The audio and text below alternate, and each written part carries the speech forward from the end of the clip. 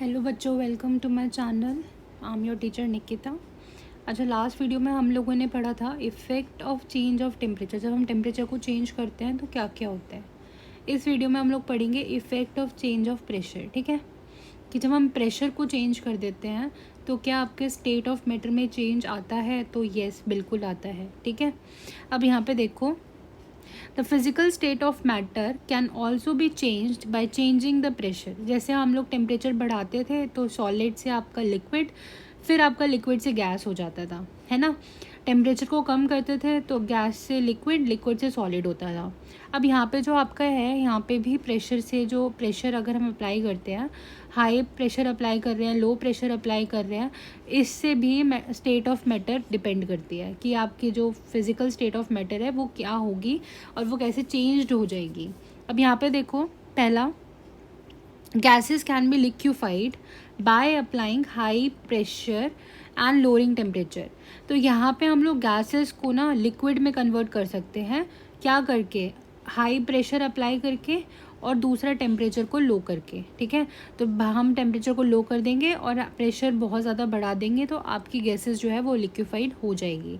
अब इसको नॉर्मली आप भाई घर पे तो नहीं इसको कर सकते हो, ठीक है, इसके लिए पूरा एक लेबोरेटरी का इक्विपमेंट्स वगैरह चाहिए होता है, तभी ये पॉसिबल है। ठीक है, तो यहाँ पे देखो, ammonia gas can be liquefied by applying high pressure and lowering the temperature. तो हम लोग भैया अमोनिया गैस को जो है वो लिक्विफाइड कर सकते हैं हाई प्रेशर अप्लाई करके और टेम्परेचर को लो करके। अब यहाँ पे आप सोच रहे होगे कि टेम्परेचर को लो क्यों करना है। ठीक है, कई बार क्या होता है, जब हम लोग गैसेस पे हाई प्रेशर अप्लाई करते हैं, ठीक है, तो उस टाइम पे क्या होता है, हीट प्रोडक्शन होती है। ठीक है, हीट प्रोडक्शन होती है जब हम हाई प्रेशर अप्लाई करते हैं गैसेस पे। तो अब ये हीट प्रोडक्शन की वजह से क्या होगा, लिक्विफाइड नहीं हो पाएंगी हमारी गैसेस। ठीक है, तो उस टाइम पे हमें टेम्परेचर लो करना पड़ता है अमोनिया मतलब गैसेस को लिक्विफाइड करने के लिए। ठीक है, अब यहाँ पे देखो, अब यहाँ पे जैसे अभी हमने बात कर लेते कि हाई प्रेशर और लो टेम्परेचर पे हमारी गैसेस जो हैं वो लिक्विड में कन्वर्ट हो जाती है। ठीक है, अब यहाँ पे देखते हैं, अब हम इसका उल्टा करेंगे, अब प्रेशर को डिक्रीज़ कर देंगे और अपना जो टेम्परेचर है उसको बढ़ा देंगे। तो अब भी क्या आपके स्टेट ऑफ मैटर में चेंज आता है। तो हाँ जी, बिल्कुल आता है।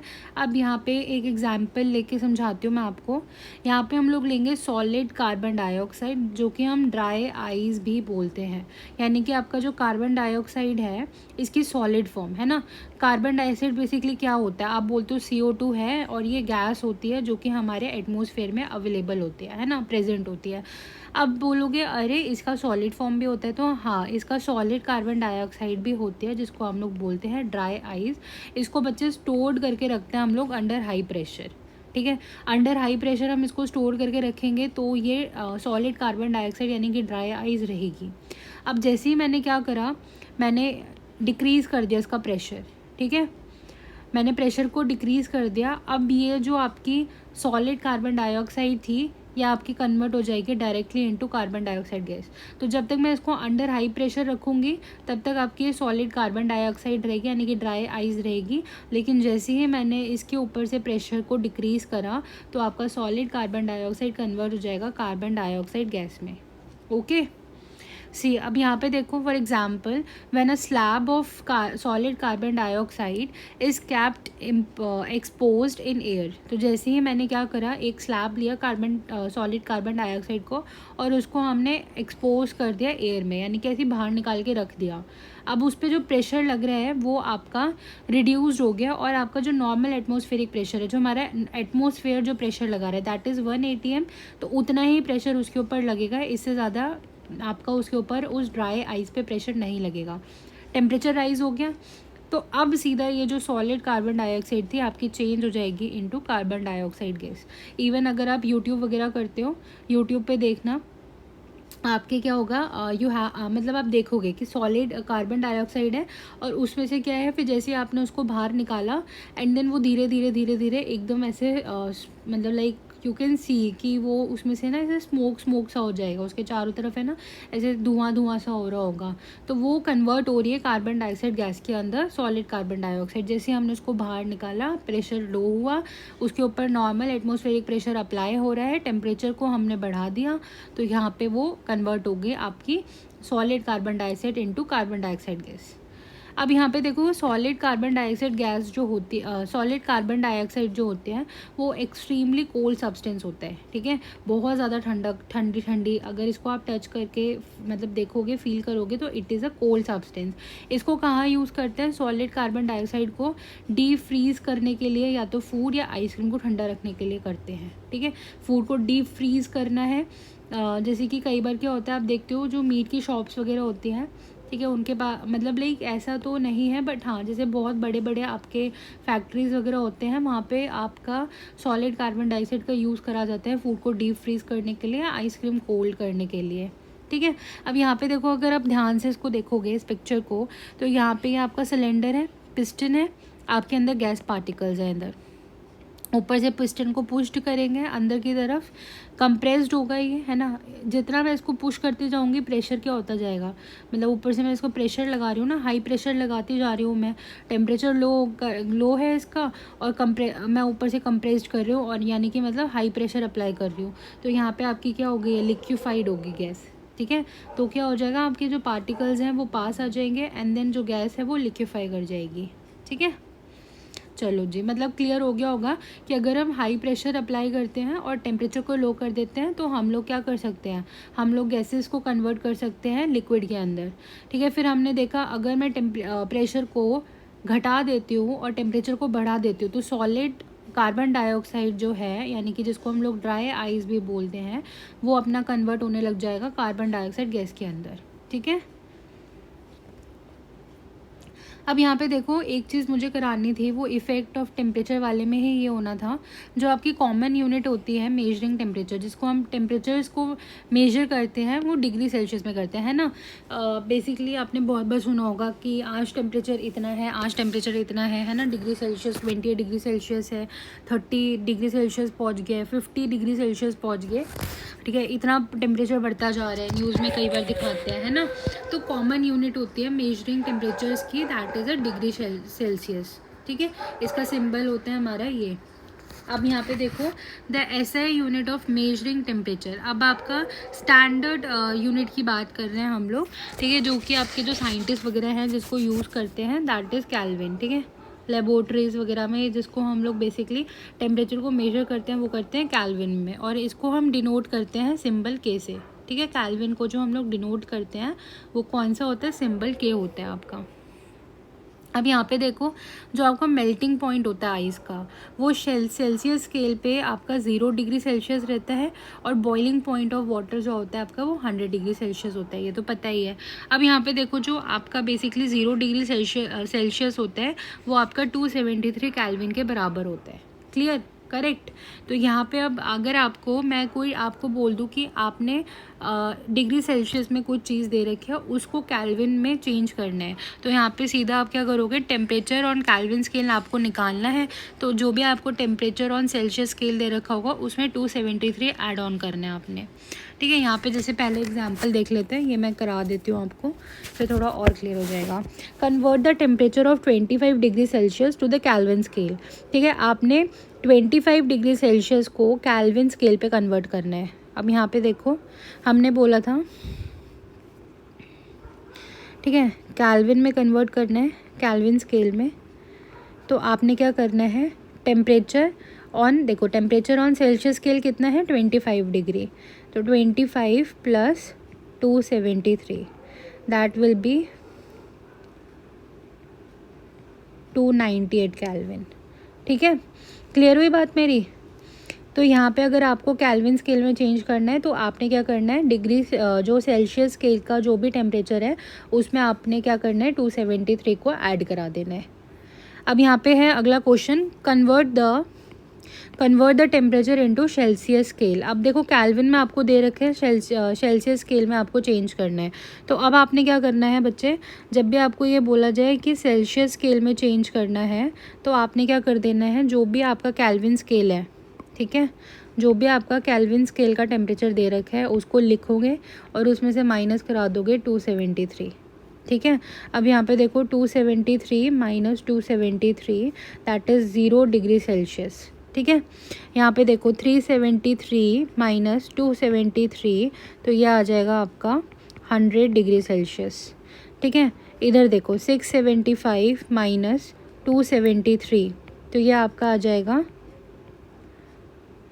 402 डिग्री सेल्सियस। यहाँ पे देखो 300 केल्विन था, 300 फिर यहाँ पे माइनस 273 इक्वल्स टू में आपका ये आ जाएगा, ओहो सॉरी 273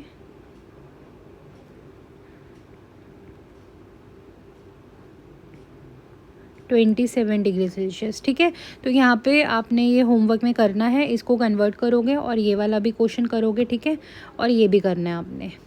ओके, अब देखो अगला टॉपिक है आपका इवेपोरेशन। ठीक है, किसकी बात कर रहे हैं? इवेपोरेशन की। अब यहाँ पे ज़रा समझना ज़रा इवेपोरेशन क्या होता है। The process of changing liquid into vapour below it's boiling point, यानी कि जब भी आपका लिक्विड वेपर के अंदर चेंज हो रहा है, लेकिन ये हमेशा याद रखना बिलो इट्स बॉइलिंग पॉइंट। हम ये देखते हैं लिक्विड जब भी आपका वेपर में चेंज होता है, जब बॉईल करते हैं ना, उसके बॉइलिंग पॉइंट पे लिक्विड जो है वो गैस में कन्वर्ट होता है। लेकिन इवेपोरेशन एक ऐसा प्रोसेस है जिसमें लिक्विड अपने बिलो इट्स बॉइलिंग पॉइंट क्या कर जाता है, वेपर में कन्वर्ट कर जाता है। उसी को हम लोग बोलते हैं इवेपोरेशन। ठीक है, when evaporation takes place the latent heat of vaporisation, मैंने आपको बताया था लेटेंट हीट ऑफ वेपराइजेशन क्या था।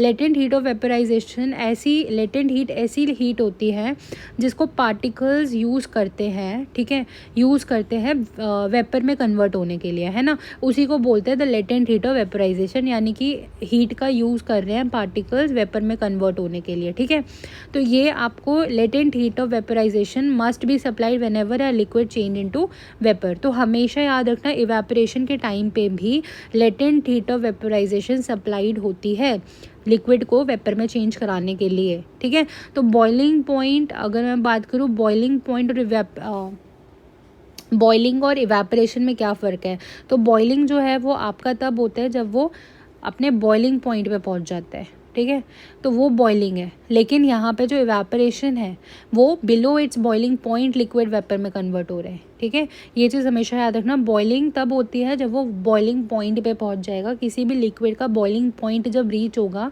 तब वो बॉईल करना स्टार्ट करेगा, यानी कि उसके जो लिक्विड है वो गैस में चेंज होने लग जाएगा। लेकिन यहाँ पे आपका लिक्विड चेंज हो रहा है गैस में, ठीक है, बॉइलिंग पॉइंट के बिलो, तो उस प्रोसेस को हम लोग इवेपोरेशन बोलते हैं। अब अगला देखो यहाँ पे फैक्टर अफेक्टिंग इवेपोरेशन। अब इवेपोरेशन को अफेक्ट कौन करता है, मतलब कि किस वजह से इवेपोरेशन तेज़ हो सकता है या किस वजह से इवेपोरेशन आपका स्लो भी हो सकता है। तो यहाँ पे जो कुछ ये फॉलोइंग फैक्टर्स हैं जिसकी वजह से आपका जो इवेपोरेशन है उस पर इफेक्ट आता है, जैसे temperature, surface area, humidity, wind speed. या आपको पता होना चाहिए, इसको अच्छे से याद करना। कई बार क्वेश्चन आ जाता है कि right the factors affecting evaporation. ठीक है, तो ये आपके 4 आपके फैक्टर्स हैं। अब इनको एक एक करके पढ़ते हैं। पहले आता है टेम्परेचर।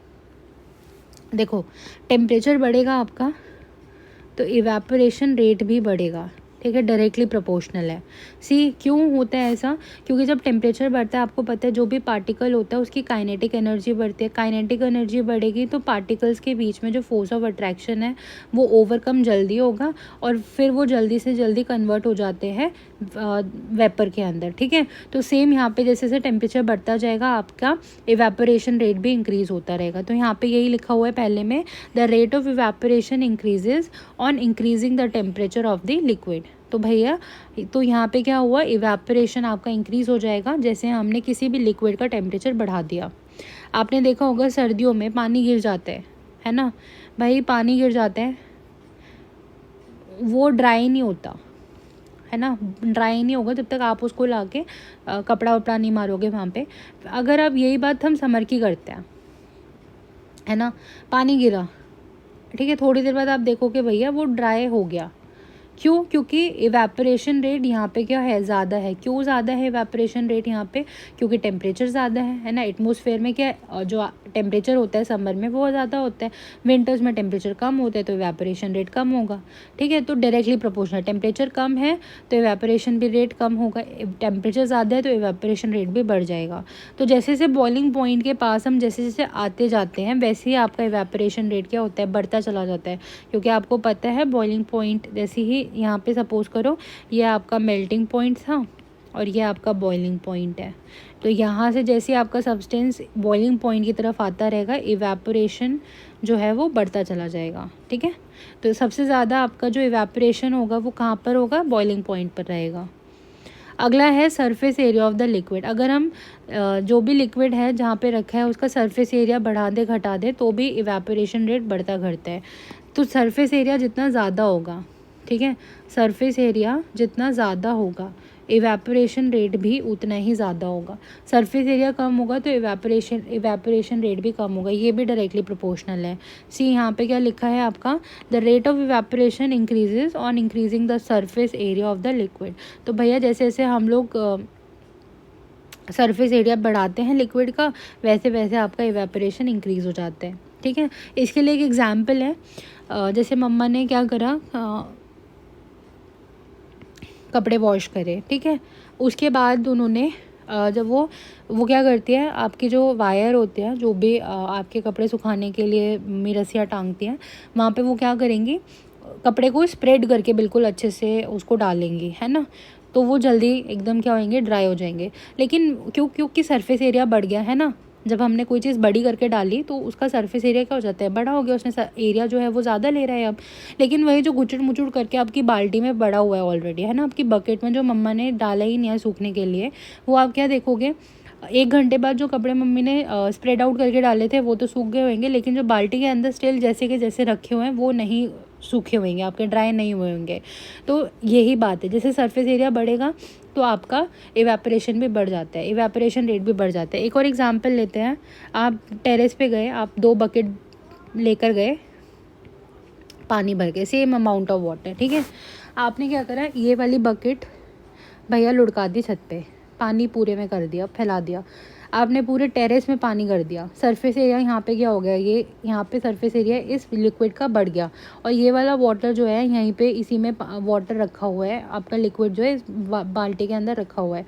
आप शाम को जाते हो अब, ठीक है, आप ये सुबह कर आए थे, अब आप शाम को जा रहे हो, आप क्या देखोगे, बाल्टी के अंदर जो लिक्विड है उसमें थोड़ा सा लेवल में ज़रूर कम हुआ होगा, क्योंकि कुछ वाटर तो यहाँ से इवेपोरेट हुआ होगा ऊपर वाले सरफेस का, लेकिन आप क्या देखोगे, सेम अमाउंट का वाटर जो मैंने टेरेस पे पूरा स्प्रेड कर दिया था वो ड्राई अप हो गया होगा, पूरी आपकी जो टेरेस है वो आपको ड्राई मिलेगी। तो यहाँ पे रीज़न क्या हुआ, सरफेस एरिया इंक्रीज़ हुआ तो इवेपोरेशन रेट भी इंक्रीज़ हो गया, वो जल्दी से जो पानी था आपका वो ड्राई हो गया, मतलब वेपर में कन्वर्ट हो गया। ठीक है, अब आओ ह्यूमिडिटी ऑफ एयर। ह्यूमिडिटी क्या होता है, ह्यूमिडिटी होता है बेटा आपके एटमॉस्फेयर में कितना अमाउंट ऑफ वेपर प्रेजेंट है।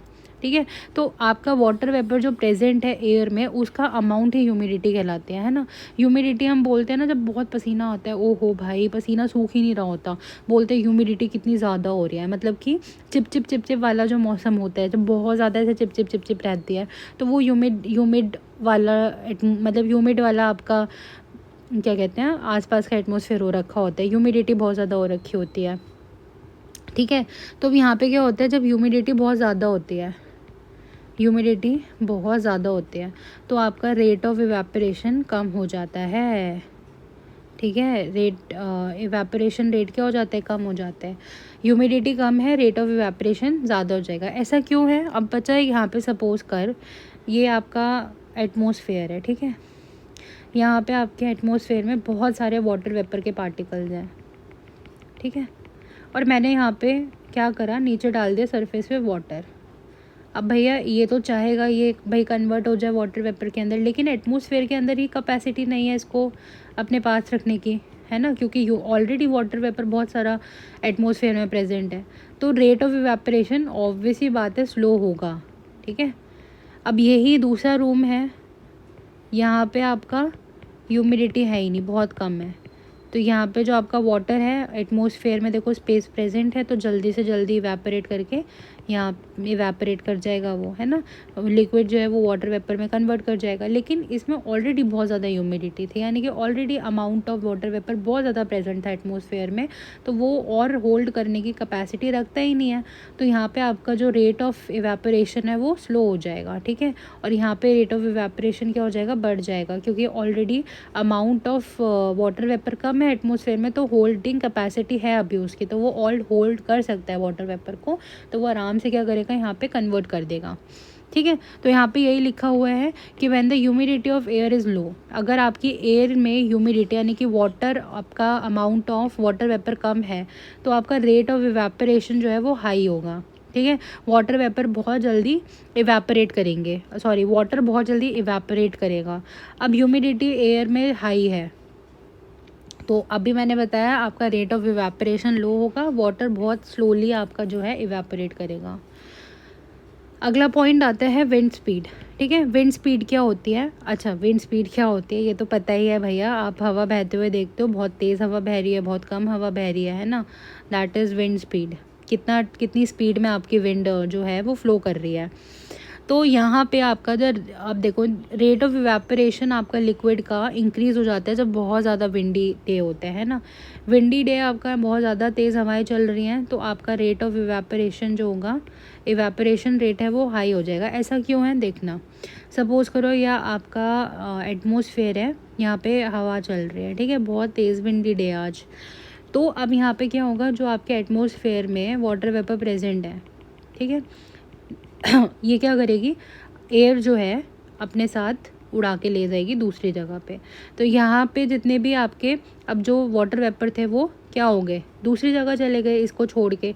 तो यहाँ पे अब आपका वाटर वेपर है ही नहीं एटमॉस्फेयर में, तो अब जो भी कपड़े वपड़े डलेंगे वो जल्दी ड्राई होएंगे, है ना, समझ आया, वो जल्दी ड्राई होएंगे। तो मम्मी ने जैसे सपोज़ करो 2 रूम है, एक रूम में मम्मी ने क्या करा, ऐसे ही बिना फ़ैन चला के कपड़े डाल दिए, और एक रूम में फ़ैन चला के कपड़े डाल दिए। तो आप क्या देखते हो कि जो फ़ैन जो जिसमें फ़ैन ऑन है वो उस रूम के कपड़े जल्दी ड्राई होएंगे, है ना। तो ये एग्ज़ाम्पल आपका हो गया इसका, ठीक है। बाकी आपने देखा कि जैसे कि कहीं पे हवा नहीं चल रही है तो वहाँ पे क्या होगा, आपका जो रेट ऑफ इवेपोरेशन है वो थोड़ा स्लो चलेगा, जहाँ पे विंडी नहीं है। और जहाँ पे विंड बहुत तेज़ फ्लो कर रही है वहाँ पे आप देखो कपड़े कितने जल्दी ड्राई करते हैं, क्योंकि वो जल्दी जल्दी क्या करते हैं, वाटर वेपर को जो भी उसके आसपास होते हैं वो उड़ा के ले जाते हैं। तो वहाँ पे फिर मतलब लाइक एटमॉस्फेयर में होल्डिंग कैपेसिटी ज़्यादा हो जाती है वाटर वेपर को होल्ड करने के लिए, तो वो जल्दी जल्दी इवेपोरेट करने लग जाता है, ठीक है। तो यहाँ पे देखो तो the washed wet clothes dry more quickly on a windy day because evaporation is faster due to high speed of wind. तो इवेपोरेशन रेट आपका फास्ट हो जाता है किसकी वजह से, हाई स्पीड ऑफ विंड की वजह से, ठीक है। अब भी यहाँ तक ही करते हैं आज टॉपिक। आई होप कि आप लोगों को क्लियर हो गया होगा। अगर आप नए हो चैनल पे तो सब्सक्राइब करके ज़रूर जाना, और अगर मतलब आपको समझ आया हो और जो भी डाउट है जिसमें भी आपको लगता है कि ये मेरे को डाउट है तो प्लीज़ कमेंट डाउन कर देना। और अब मिलते हैं अगली वीडियो में, तब तक के लिए बाय बाय।